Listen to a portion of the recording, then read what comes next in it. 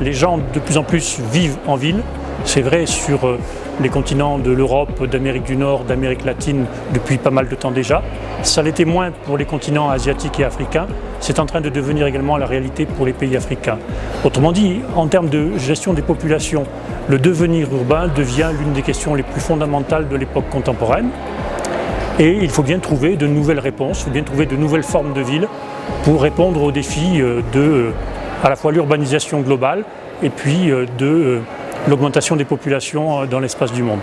Et nous terminerons cette série d'interventions à l'école de l'habitat par la question des villes intelligentes. Les villes intelligentes étant considérées comme de nouvelles façons de gérer les villes, mais de nouvelles façons également de considérer les problématiques qui touchent à la question urbaine.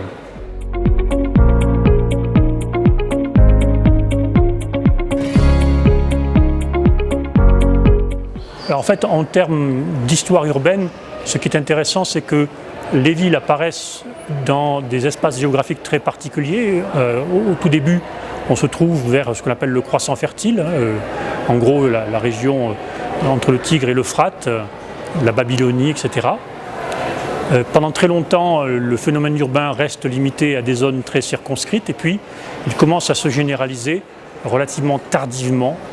En gros, il commence à se généraliser avec le XVIIIe, XIXe siècle, et ceci sur l'ensemble des continents.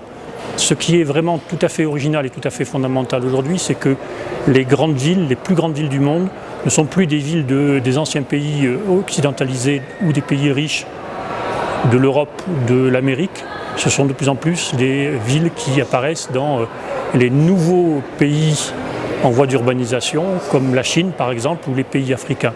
Et là on voit apparaître des très très grandes villes avec des problèmes tout à fait particuliers. Ça impose de trouver de nouvelles solutions à la gestion de ces villes.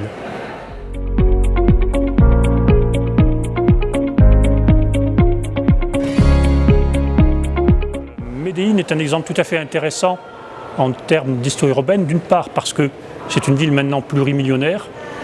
La ville, ou plutôt la métropole, ont atteint 4 millions d'habitants, ce qui est tout à fait significatif. C'est la deuxième ville de Colombie. L'une des grandes caractéristiques des villes d'Amérique latine, et c'est vrai pour Médéine, c'est vrai pour d'autres villes aussi, c'est la part tout à fait importante que prend l'urbanisme informel, la partie de la ville qui est moins contrôlée, qui ne fait pas partie du travail de planification et donc de gestion, de projection de la ville dans son futur. Pourtant, cette question-là, elle est tout à fait fondamentale.